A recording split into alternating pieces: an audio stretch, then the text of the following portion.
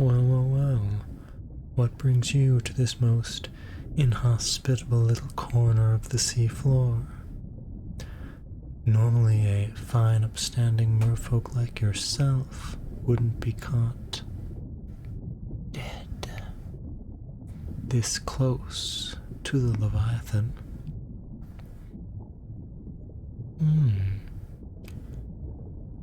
The strong silent type, I see. My, but you are interesting. No fanciful excuse for your current situation.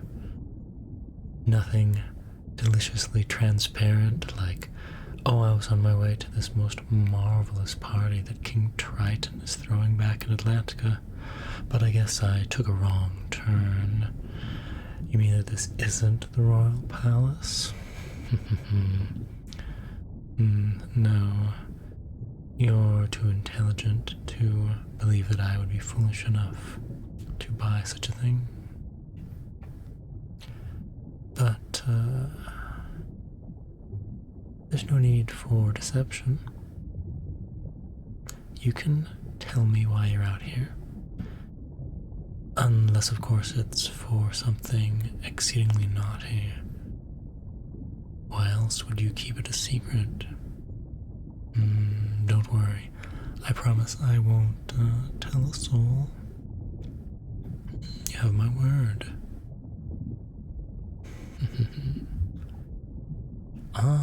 So you're looking for something. Well, it's the truth. Unspecific. But the truth. That's a place to start. I should warn you, though, this is not the best place to hold a scavenger hunt. Haven't you heard? There's a sea witch in the area. A perverted purveyor of potions and practitioner of dark magic. Oh, so you have heard, and yet you still ventured here alone? Wait, that look in your eye, I've seen it before. You want, no, yearn for something. Of course, you're here to seek out the sea witch's help. No, don't try to deny it. I know I'm right. Well, you're audacious, I'll give you that. I thought King Triton made it quite clear that the sea witch was not someone that you should go soliciting for help. And yet you came anyway. Well, seeing as you obviously have a great deal of strength of will, not to mention determination, perhaps I can help you. Help you find the sea witch? No, Angelfish. I am the sea witch. Oh, please don't worry. You don't have to apologize. Yes, I know that witch is quite a nasty title. Quite the slur. However, it is a title that I am all too happy to reclaim. After all, it puts me in excellent company. After all, history likes to forget that the first women who were so called as witches were in fact not worshippers of some dark, fiendish power or sorceresses,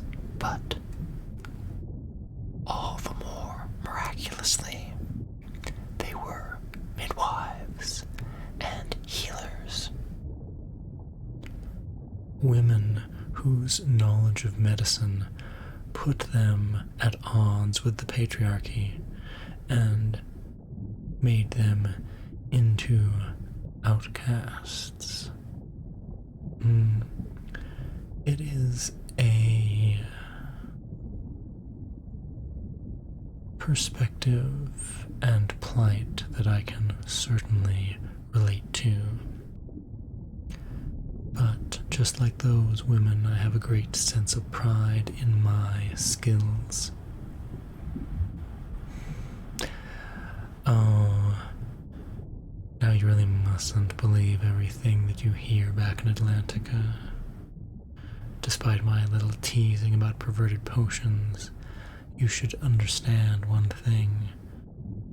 Magic is neither light nor dark. It has no shade, nor spectrum, nor color. It is simply a tool, and like all tools, it is colored by the actions and motives of the wielder.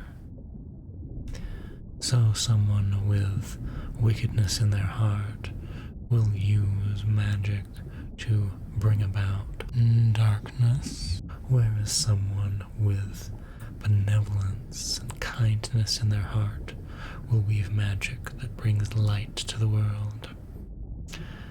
So you see, I'm not a practitioner of dark magic. I am merely someone with a great deal of knowledge and a great many tools at my disposal. Tools, Angelfish, that I am more than happy to make available to those in need. It always has been my weakness.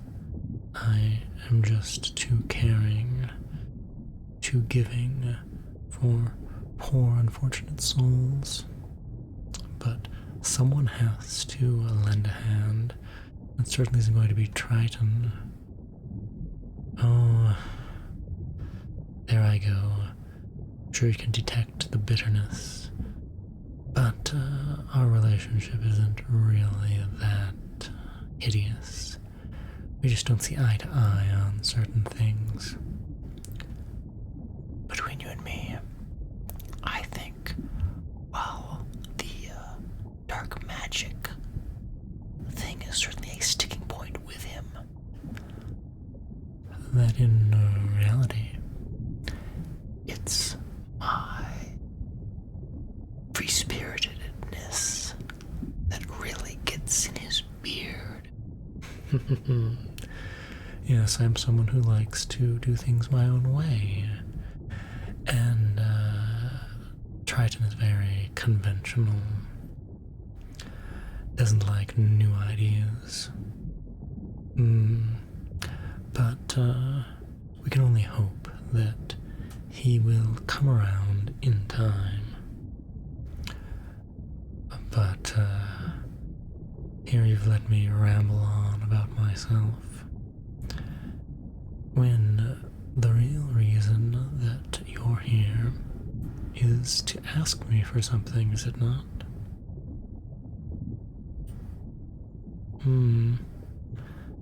Still the silent type. Although now I think it's more caution. I can respect that. Perhaps you would like to hear some of my references, my bona fides, as it were. I've had so many happy customers. Naturally, I will keep their names secret. I am the soul of discretion. And while I hate to drop names, even through inferences, I believe that even without the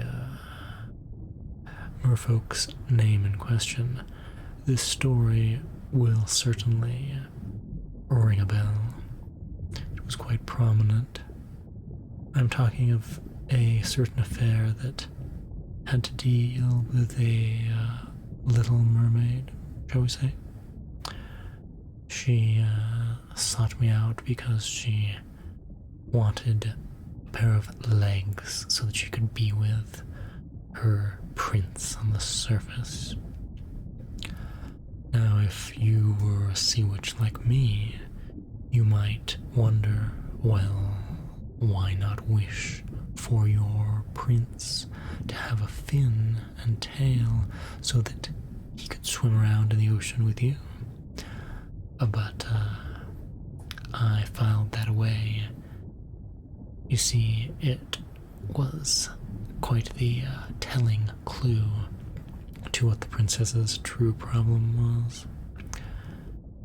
You see, as a sea witch, or let's face it, a paragon of problem-solving counselor, healer in general, I need to be keenly aware of people, their motives and their psyches.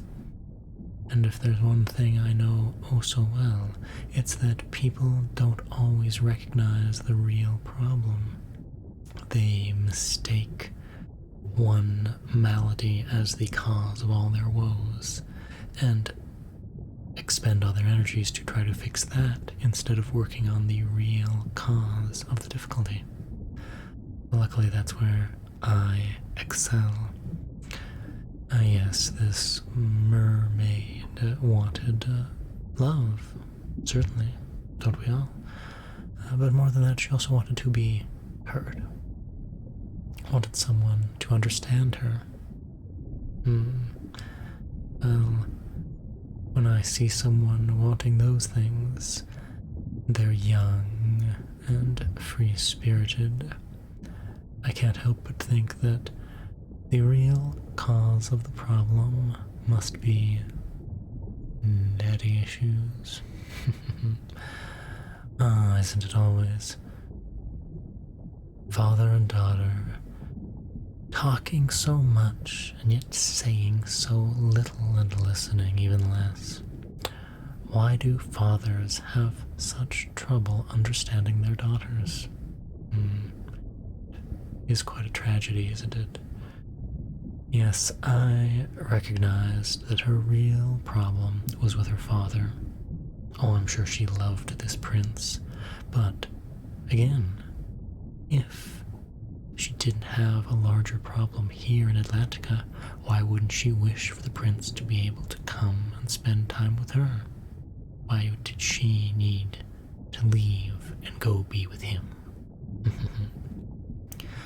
Well, I confess I did something naughty here.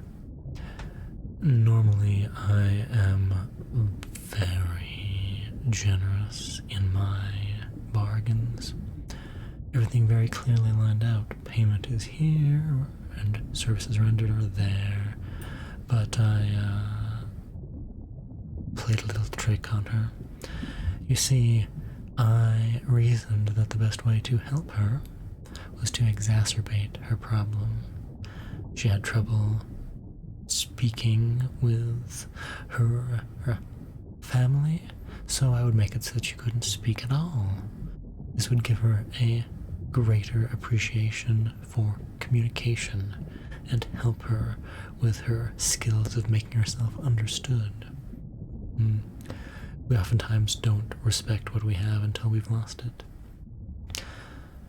Now, I said that taking away her voice was actually the payment I required.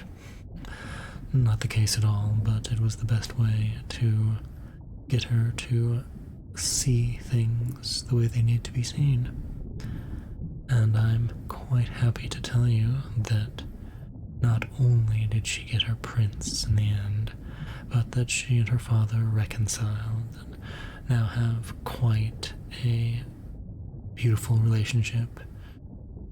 Of course, as beautiful as any relationship with Triton can be. But don't you just love happy endings? It really gets you right here in the heart.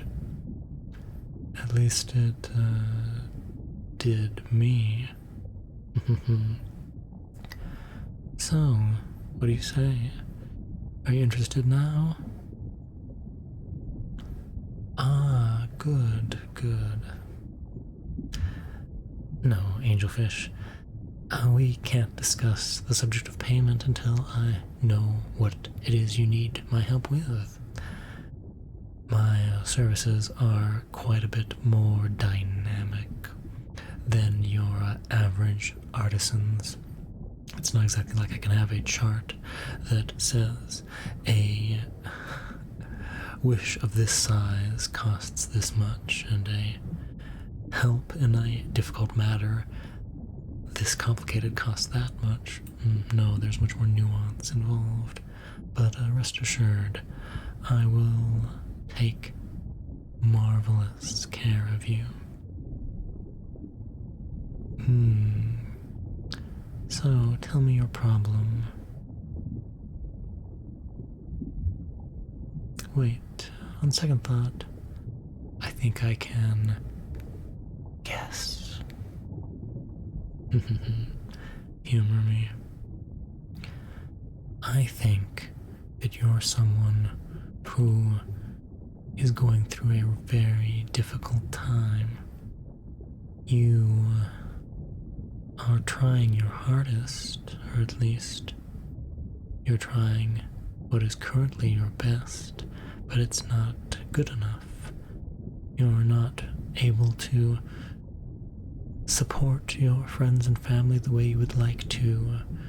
You're short on time, short on energy. Yes, running yourself ragged, trying to do your best and coming up short. You feel, well, like someone deeply in need of fixing. A little broken, perhaps? Yes. No, there's nothing to be ashamed of. I completely understand. It's actually not as rare a ailment as you might imagine. It's a cultural thing. We don't like to talk about weaknesses. Mental health and emotional health, things like that. There's this feeling that any form of weakness should be kept close to our breasts. Not shared with the rest of the world. Pity that. The more something is shared, the more people realize that it's actually not that rare and nothing to be ashamed of in the first place. But I suppose fixing all of the stigmas surrounding this is a little bit out of my powers, at least for now. But I can certainly help you. Let's see. What shall I ask in exchange? No, I don't want your voice. It's quite lovely, Angelfish, but I really don't have a use for it. But what I could use... Yes. I have just the thing. Don't worry, you're not even using it, so you won't miss it at all. What do I want? You don't want to just agree beforehand? Well, you are a clever one. Listened to too many fairy stories, I see. Yes. Never enter into a bargain unless you know what you're giving up. I can respect that. Well, what I would like in exchange for helping you is, simply a memory. Yes, you heard me, a memory. No, I don't want to take your memory, your sense of self, anything deeply important and rooted in who you are. No. What I want is a memory that you've already forgotten. See, it's just like I said, something that you're not even using. What am I going to use it for? I'm a sea witch, Angelfish. I have so many different, shall we say, tentacles in different pots. All these different things going at once. Lots of people to help. And I always am in need of singular ingredients.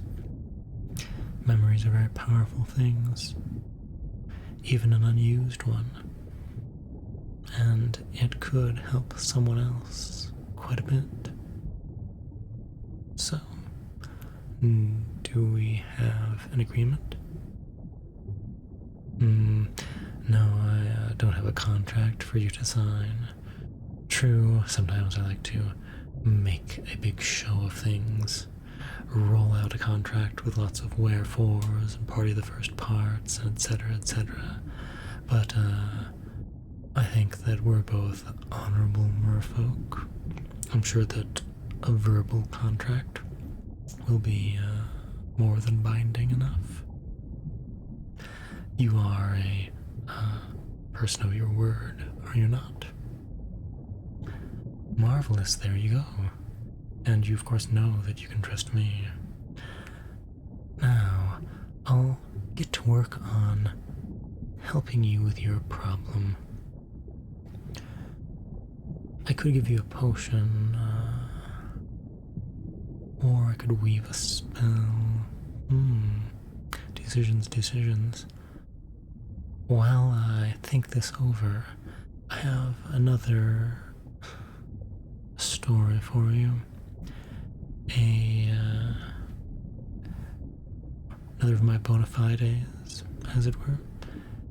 A recommendation from two very happy customers whose story has a, shall we say, interesting parallel to yours, though you may not recognize it at first. Some time ago, two merfolk came to me, not together. One was a mermaid. She arrived first. She had a very beautiful, full-bodied, voluptuous figure. But she said that she was in love with this wonderfully witty merman, but felt that he was out of her league as she was, and so she wanted me to make her thinner, willowy, conventionally beautiful, the sort of impossibly narrow waist that stories and culture like to sell us as the standard of beauty. Naturally, I disagreed with her view on the matter, but I sensed that, like with all my clients, there was more beneath the surface here. So I told her it would take a few days and to come back and see me again, and I would have her enchantment ready for her. Well, before I had a chance to really investigate, a merman entered. He was a very scrawny, gangly individual, but had a gleam in his eyes. You could tell that he had a keen intellect, and it was actually quite funny too.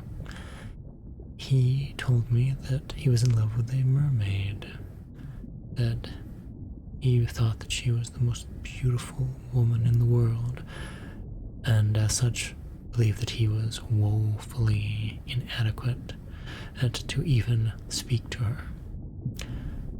So he wanted me to give him muscles, make him more broad-shouldered, barrel-chested, etc.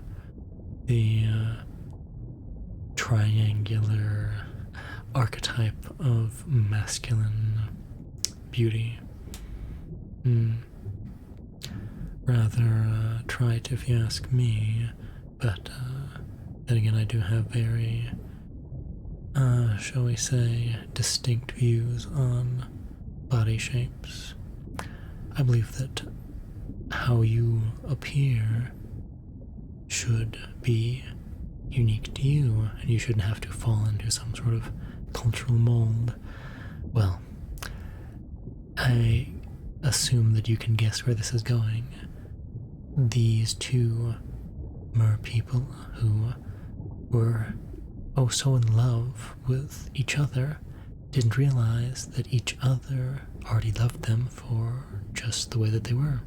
They thought they needed to change themselves to be worthy of love. Honestly, it is a misconception that happens more than you would imagine. Well, I, rather than changing them physically, helped to make them more confident emotionally, helped them to love themselves so that by loving themselves as they are, they could appreciate, believe, and accept the love of each other. I'm delighted to say that they are now a couple and have been so for quite a long time. How does this relate to you? Well, isn't it obvious? No, someone else didn't come in here and mention you. No, you also have a relationship problem, but your relationship problem is with yourself. Yes. You seem to be someone who is very hard on yourself. You hold yourself to an unreasonably high standard. Now, there's nothing wrong with taking pride in your work, but when you feel that you can't measure up to that bar, then that's something that needs to be reevaluated.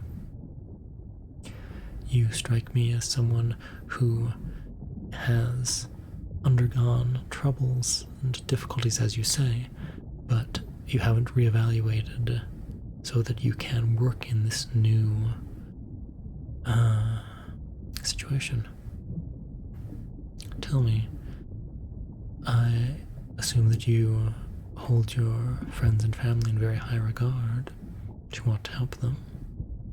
Well, if one of them came to you and said, "Oh, I'm trying my best, but I haven't been well lately. Yeah, it's nothing physical, but everything's just a little bit harder than it normally is. I just feel heavier, and I just can't seem to get the things I need to get done. All of the things I need to get done. What would you say? Would you say, well, you need to try harder, you need to be harder on yourself? No, of course not. That would be completely bizarre. No, you would say, oh, you need to give yourself time. Don't burden yourself, don't take on more than you currently can manage. And above all else, make some time for yourself. Good advice. Why don't you take it? You see, we like to hold ourselves to different standards. We feel that we know ourselves oh so well, and that there is a difference between the frailties and faults that we possess compared to those possessed by other people. You need to love yourself, which involves giving yourself room to heal. And more than that, part of this healing is giving yourself time, really taking time out of your day and saying, all right, I'm going to work on my relationship with myself, because like any relationship, it takes time. But more than that, recognize that you don't need to be fixed. Your relationship with yourself That needs to be fixed.